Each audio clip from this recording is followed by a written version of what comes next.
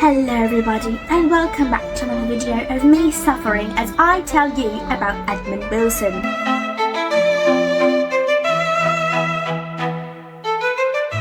My name is Demi, a lovely noblewoman, and even though I'm English, I'm going to be telling you about one of the many fugitive writers of the lost generation. In this case, it's Edmund Wilson. Without further ado, let's get into it so I can go home. Firstly, a little bit of background on Edmund Wilson. He was known for his literary essays, quite literally critiquing everyone else's work but his own. Edmund Wilson was known first and foremost for his clear, unadorned style, quite literally known as a plain style of literary criticism. For instance, he did not use very many descriptive markers, didn't really go into too much detail, and every single word was incredibly precise. One might assume that this would make him look very rude. However, what it did was actually make his work a lot more straightforward and accessible, which was his main goal, which is to make anyone, any American, regardless of class, read his work and have access to it. I think it's quite insightful. Secondly, his writing style incorporated a lot of psychological analysis or biographical analysis. For instance, he'd go into the biographical aspects of the many authors that he would criticize. This is actually a very real method, introduced by 19th century French critic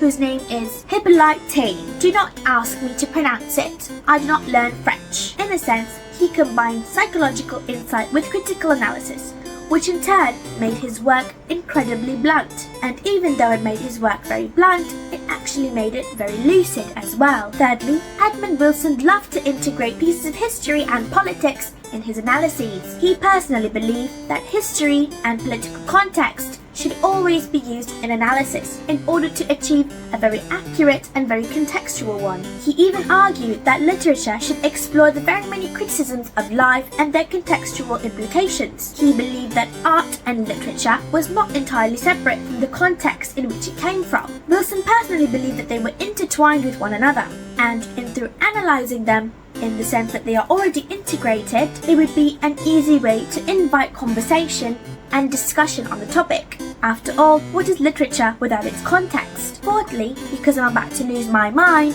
his criticism was often integrated with a narrative. In a sense, his analyses read like stories. For instance, his work To the Finland Station often exemplifies this. This is because the story traces a socialist journey through cognitive thought, and therefore captures the drama of historical events. Last but not least, you could say that his literary criticisms were endowed with intellectual rigor. Wilson was known for doing copious amounts of research before doing any sort of critical analysis. He believed that he should immerse himself in the author's works before doing anything concrete, as that would tell him more about the autobiographical implications of a person's works. This often made his work incredibly introspective. For instance, he critiqued that very nature of symbolist works. Overall, I find him to be quite pedantic, even though his works are incredibly introspective in their own right and provided a lot of important evolution throughout the era of the lost generation. He quite literally founded the Library of America. I believe that Edmund Wilson quite literally achieved what he wanted. His style was introspective yet plain,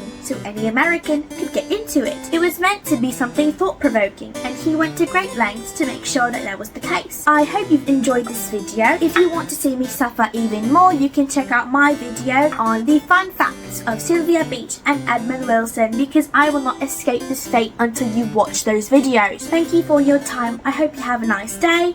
Enjoy some tea. Cheers. Clink.